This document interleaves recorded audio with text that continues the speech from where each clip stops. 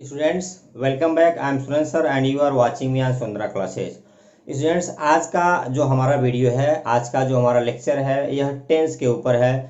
Tense में आपको शुरू से पढ़ा रहा हूं, जिसमें मैं प्रेजेंट एंड डेफिनिट का पॉजिटिव, नेगेटिव, इंटरोगेटिव में पढ़ा चुका हूं। आज इंटरोगेटिव सेंटेंस का एक मैं और आपके पास जो है वीडियो लेकर के मौजूद हूँ। आज हम प्रेजेंट एंड डेफिनिट टेंस का जो इंटरोगेटिव सेंटेंस है, जो WHR क्वेश्चन वर्ड टाइप के हैं, इसका हम अध्ययन करने जा रहे हैं। तो स्टूडेंट्स आइए हम देखते हैं कि जो हमारा WHR क्वेश्चन वर्ड टाइप का इंटरोगेटिव सेंटेंस होता है, उसका इंग्लिश में ट्रांसलेट बनाने के लिए we have a structure here and WHR question word does या do subject main verb first form object and other word. आपको बताया जा चुका है कि he she it and singular subject के साथ डज का यूज करेंगे, I we you they and plural subject के साथ डू का यूज करेंगे।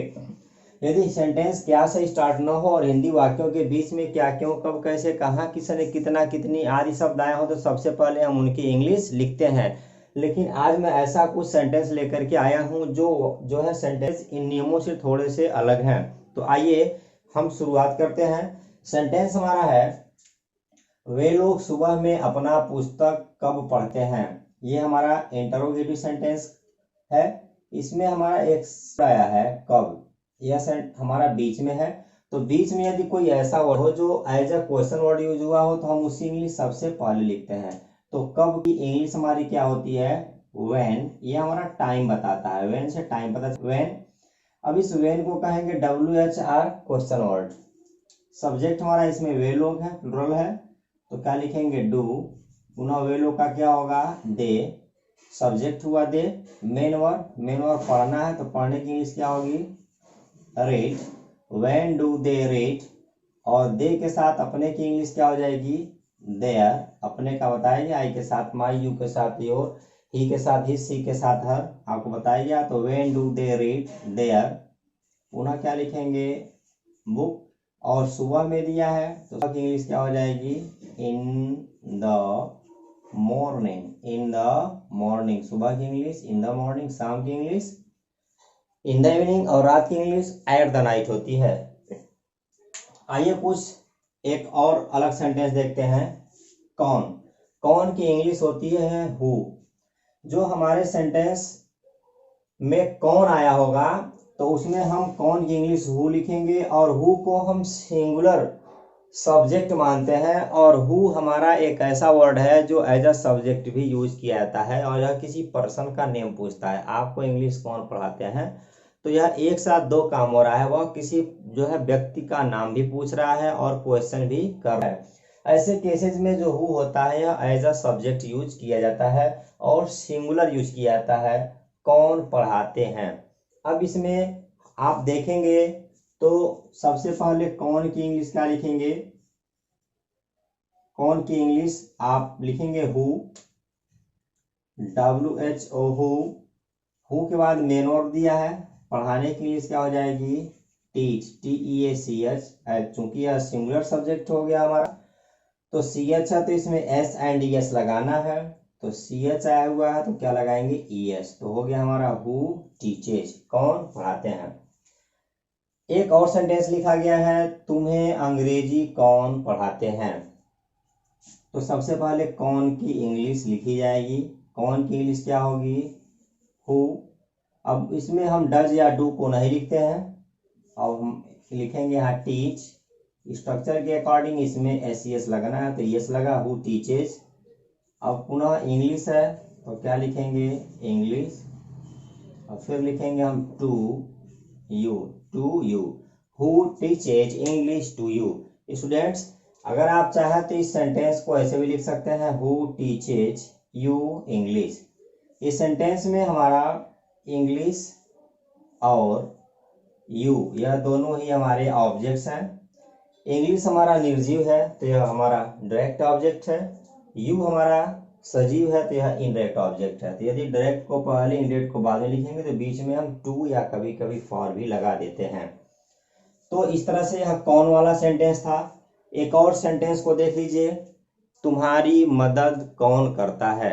सेंटेंस है, तुम्हारी मदद कौन करता है। तो सबसे पहले कौन की इंग्लिश क्या होगी, हु।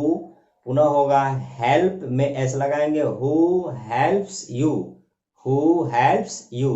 तो ऐसे ढेर सारे सेंटेंसेस का प्रैक्टिस आप कर सकते हैं।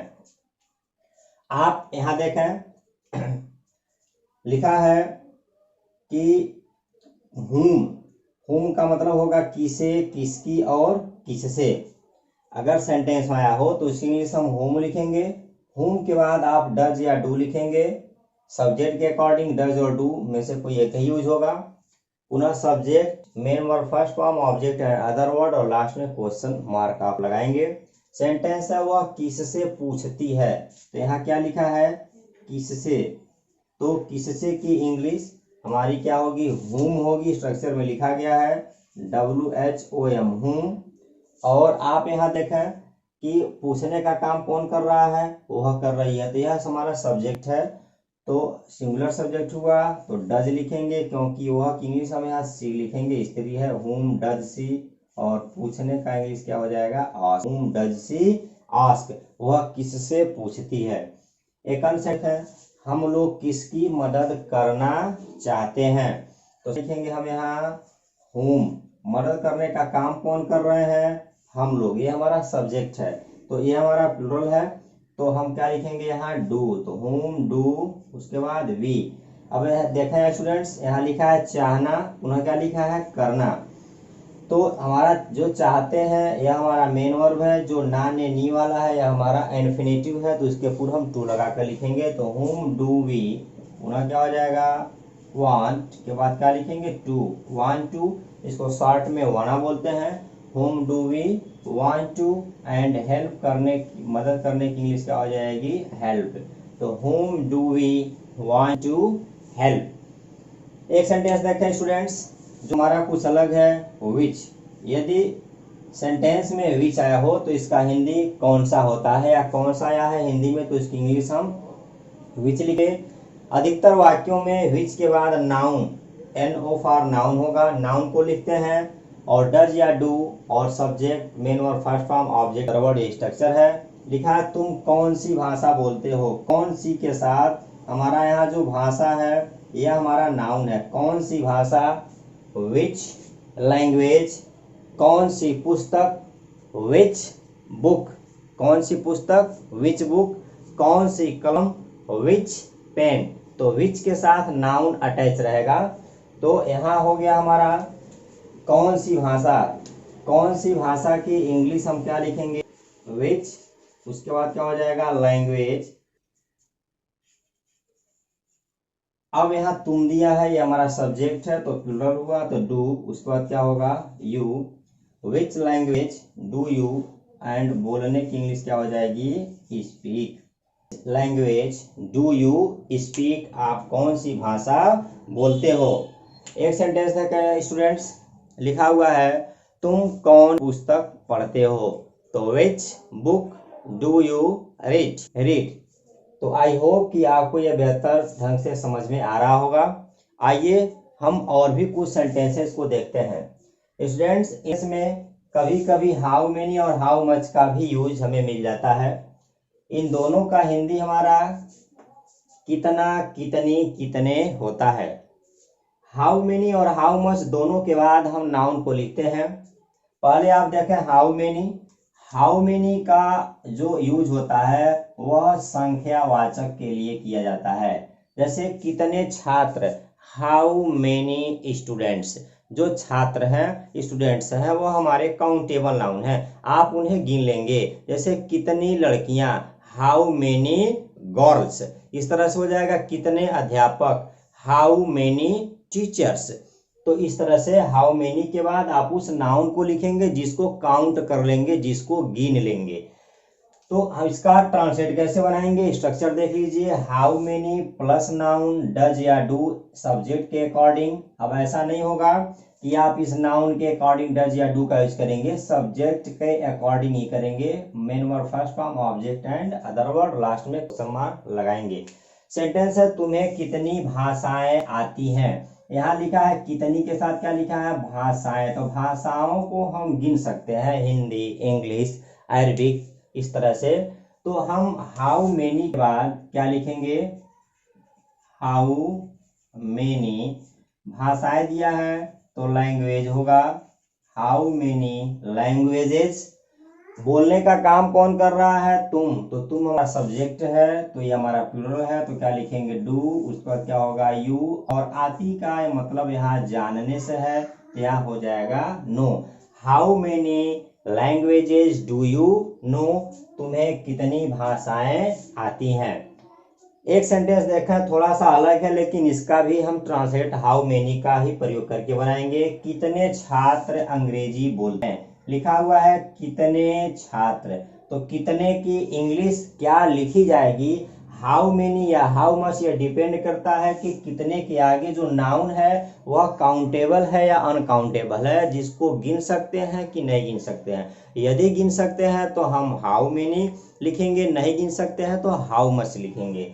कितने छात्र, तो यहाँ हो जाएगा हमारा हाउ मेनी छात्र, स्टूडेंट्स, हाउ मेनी स्टूडेंट्स, देखें हाउ मेनी स्टूडेंट्स।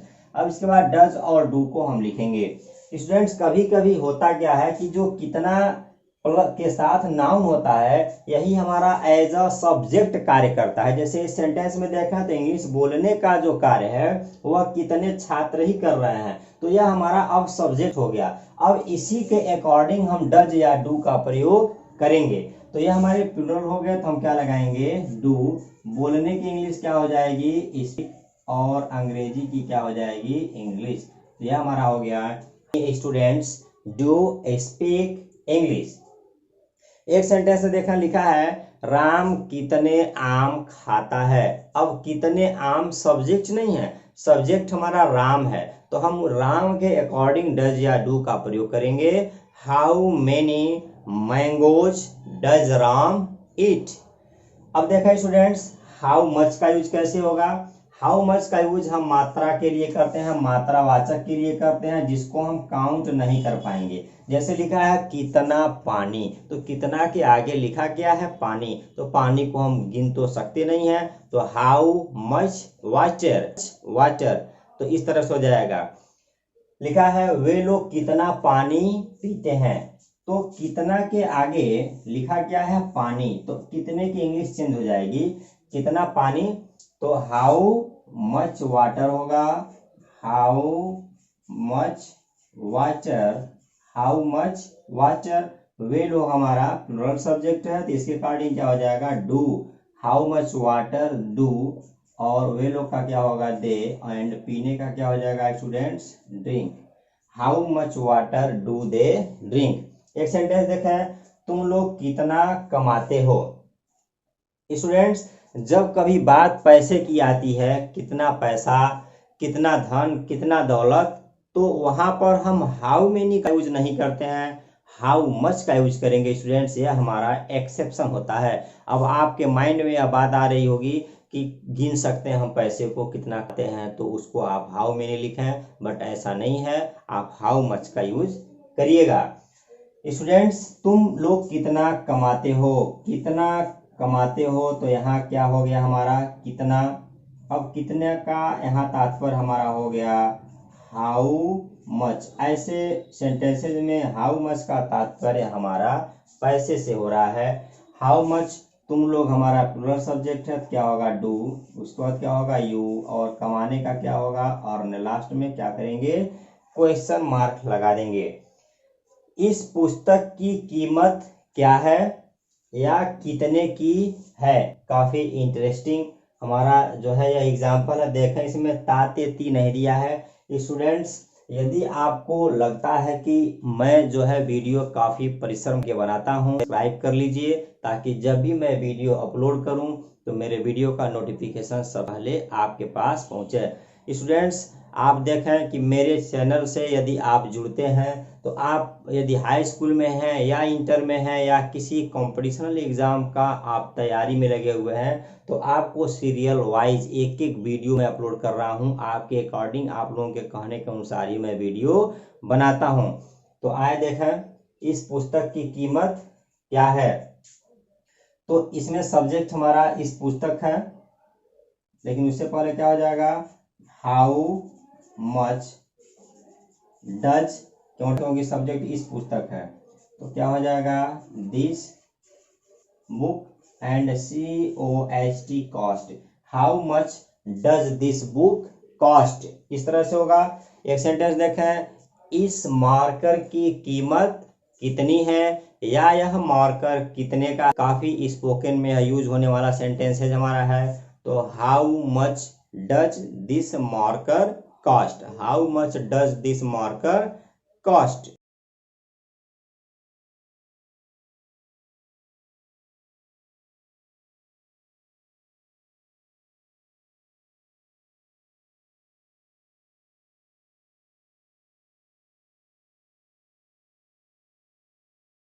कुछ अन्य सेंटेंसेस को देखते हैं। ये सेंटेंसेस थोड़े से हट करके हैं, लेकिन आप वीडियो को अंत तक देखिएगा, इसकी मत कीजिएगा, जरूर आपको है यहाँ से कुछ जानकारी निकल करके आएगी। आइए देखते हैं, हाउ ऑफन, कितनी बार। यदि किसी सेंटेंस में कितनी बार आया हो तो उसकी इंग्लिश हम हाउ ऑफन लिखते हैं। स्टूडेंट्स, जब हम कोई काम करते हैं और कोई हमसे पूछता है कि यार आप यह कितनी बार करते हो, आप एक दिन में कितनी बार चाय पीते हो, यार आप एक दिन में वहाँ कितनी बार जाते हो, एक दिन में तुम उससे कितनी बार बात करते हो, तो उसके लिए हम हाउ ऑफन का यूज करेंगे। स्टूडेंट्स, बाकी जो इसका स्ट्रक्चर है वो स्ट्रक्चर हमारा कॉमन रहेगा, WH प्लस डज या do, subject, main verb, first form, object and other word. वही जो WH हमारा पहले है वही जो है थोड़ा सा जो है मतलब हाउ ऑफन या इस तरह से हाउ लॉन्ग करके आएगा। तो देखा लिखा है, यह घटना साल में कितनी बार घटित होती है। तो स्टूडेंट सबसे पहले हम लिखेंगे how often, how often, OFTEN। अब ऐसा नहीं है कि आप इसको ऑफ्टन पढ़िएगा, तो हाउ ऑफन। अब यह घटना सिंगुलर सब्जेक्ट हमारा है तो इसलिए डज लगाएंगे, डज, उनका क्या होगा, दिस। और हाउ ऑफन डज दिस, घटना का इंग्लिश हम यहाँ लिखेंगे इवेंट, और घटित होने की इंग्लिश होगी ऑकर, OCCUR, ऑकर। एक साल में in a year, in a year. तो how often does this event occur in a, यह घटना साल में कितनी बार घटित होती है।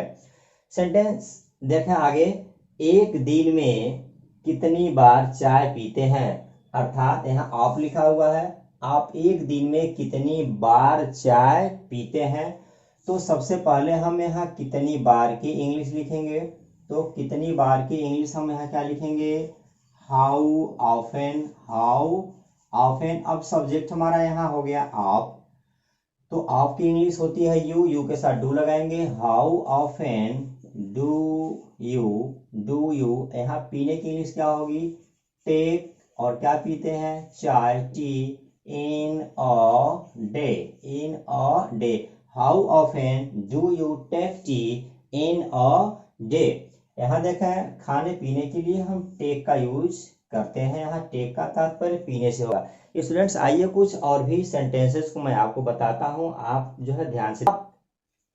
एक दिन में कितना चाय पीते हैं, सेंटेंस देखिएगा मिलता जुलता है। आप एक दिन में कितना चाय पीते हैं। अब आ गया हमारा कितना चाय, तो अब हम आ गए हाउ मेनी और हाउ मच पर, जो अभी मैं आपको पहले बताया हूं। तो इसका ट्रांसलेट होगा, how much tea do you take in a day.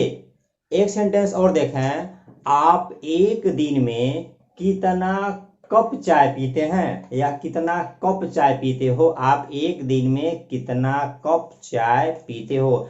अब कितना कप है तो कप को काउंट कर सकते हैं, तो हाउ मेनी का यूज करेंगे, तो होगा हमारा many cups of tea do you in a day, in. तो देखें स्टूडेंट्स, इस पर आधारित मैं आपको 3 सेंटेंसेस दिया, तीनों को आप गौर से समझ लीजिए। आप एक दिन में कितनी बार चाय पीते हैं, आप एक दिन में कितना चाय पीते हैं, और आप एक दिन में कितना कप चाय पीते हैं। तो आई होप कि आपको यह क्लियर आ गया होगा। आइए आगे बढ़ते हैं। आप देखें, नेक्स्ट हमारा लिखा है हाउ लॉन्ग। यह जो मैं आपको टॉपिक बता रहा हूं, यह स्पोकन में काफी प्रयोग होने वाला टॉपिक है। जो है हम सामान्य बोलचाल में इसका काफी प्रयोग करते हैं। सेंटेंस है हाउ लॉन्ग, कितनी बार या कितना देर या कितना देर तक, यानी कितना समय। जब किसी कार्य को करने में जो समय लगता है, जैसे मैं कितना देर तक पढ़ाता हूँ, आप कितना देर तक सोते हो, तुम्हें ब्रश करने में कितना समय लगता है, उसकी माता को खाना पकाने में कितना समय लगता है। तो सारे सेंटेंसेस में हम जो है हाउ लॉन्ग का यूज करेंगे। लिखा है यह मीटिंग कितने देर तक चलती है। यह मीटिंग कितने देर तक चलती है। सब्जेक्ट हमारा यहाँ क्या है, यह मीटिंग। तो सबसे पहले कितना देर, कितना समय के लिए हम क्या लिख लेंगे, हाउ लॉन्ग। तो हमारा यहाँ क्या हो जाएगा, हाउ लॉन्ग। यह मीटिंग सिंगुलर सब्जेक्ट क्या होगा, डज, और यह का होगा दिस, और फिर लिखेंगे हम मीटिंग। तो हो गया how long does this meeting. और यहाँ चलने की इंग्लिश हमारी हो जाएगी lost, LAST, lost. How long does this meeting lost. देखें स्टूडेंट्स, जो है इस पर आधारित एक सेंटेंस और देखें। लिखा है तुम्हें स्नान करने में कितना लगता है, तुम्हें खाना पकाने में कितना समय लगता है, तुम्हें धोने में कितना समय लगता है, तुम्हें ब्रश करने में कितना समय लगता है, मुझे पढ़ाने में कितना समय लगता है, तुम्हें स्कूल पहुंचने में कितना समय लगता है, उसे वहां में कितना समय लगता है। तो इन सारे सेंटेंसेस का ट्रांसलेट आप हाउ लॉन्ग से जो है बनाएंगे। बट मैंने आपकी सुविधा के लिए यहाँ पर एक स्ट्रक्चर लिखा हुआ है।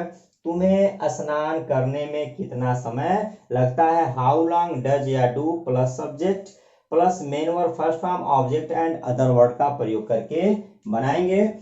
तो देखा, सबसे पहले हम लिख लेंगे हाउ लॉन्ग। तो हमारा क्या हो गया स्टूडेंट्स, हाउ लॉन्ग। डज या डू में से कोई एक लिखना है। सब्जेक्ट हमारा क्या है, तुम्हें, तो तुम्हें की इंग्लिश यू के साथ क्या लगाएंगे, डू।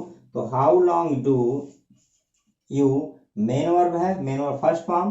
तो how long do you take, how long do you take. अब क्या कर रहा है, स्नान करने में, how long do you take. पुनः हमारा हो जाएगा to bathe, how long do you take to bathe. आपको स्नान करने में कितना समय लगता है।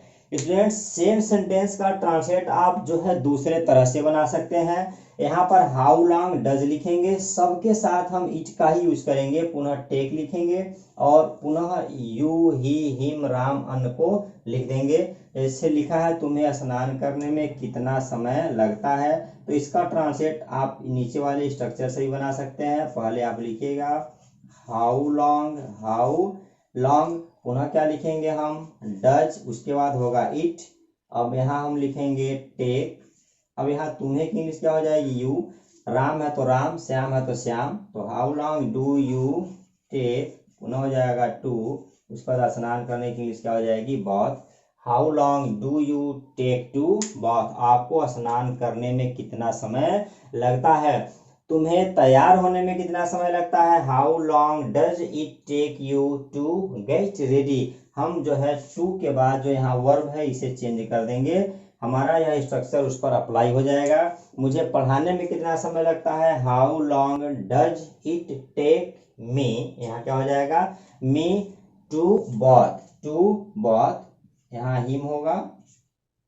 उसी तरह राम को यह काम करने में कितना समय लगता है, how long does it take Ram to do this work. तो ये रहा हाउ लॉन्ग का स्ट्रक्चर। आप हाउ लॉन्ग का प्रयोग करके ढेर सारे सेंटेंसेस को बना सकते हैं।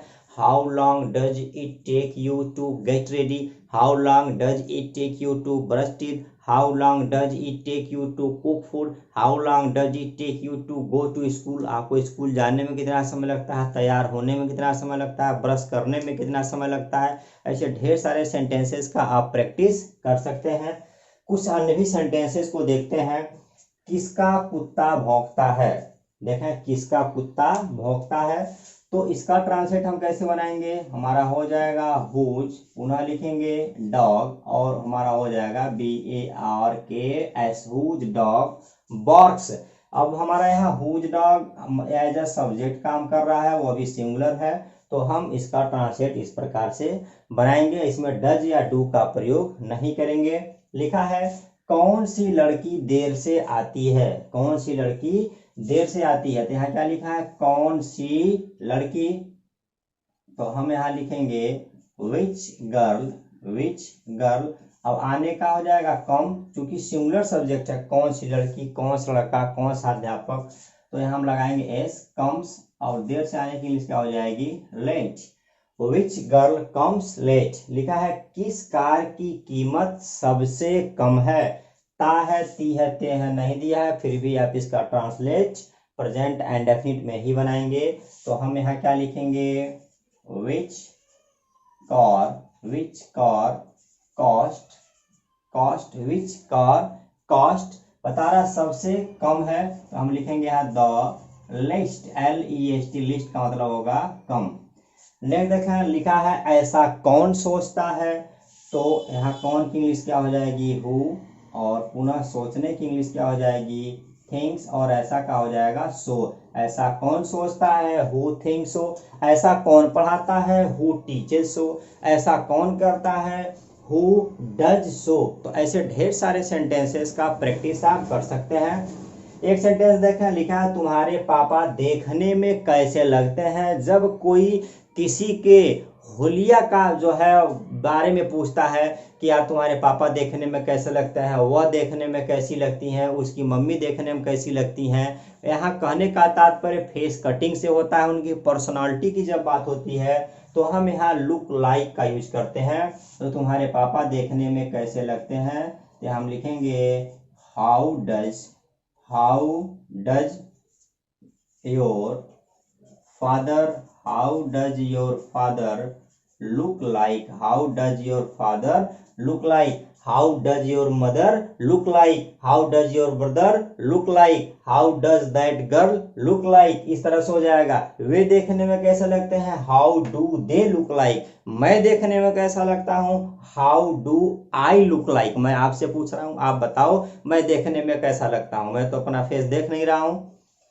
नेक्स्ट देखें, लिखा है वह क्या क्या पढ़ाते हैं। जब कभी सेंटेंसेज में क्वेश्चन वर्ड को डबल कर दिया जाए, क्या क्या, कहाँ कहाँ, कैसे कैसे, कब कब, क्यों क्यों, तो हम क्या करते हैं, क्वेश्चन वर्ड के बाद ऑल लगा देंगे, तो हमारा जो क्वेश्चन वर्ड होगा वो डबल हो जाएगा। जैसे क्या की इंग्लिश क्या होती है स्टूडेंट्स, व्हाट। अब इसमें लगा देंगे ऑल, तो हो गया क्या क्या। उस तरह से एक सेंटेंस देखे आप, लिखा है व्हेन, कब, इसमें लगा देंगे ऑल, तो क्या हो गया, व्हेन ऑल, कब कब, हाउ कैसे, और हाउ ऑल कैसे कैसे। इस तरह से आप देखेंगे तो व्हाट ऑल, अब वहां वह दिया है सब्जेक्ट, तो क्या हो जाएगा डच, उसके बाद होगा ही, और पढ़ाने का क्या हो जाएगा टीच। तो हमारा हो गया what all does he teach, वह क्या क्या पढ़ाते हैं।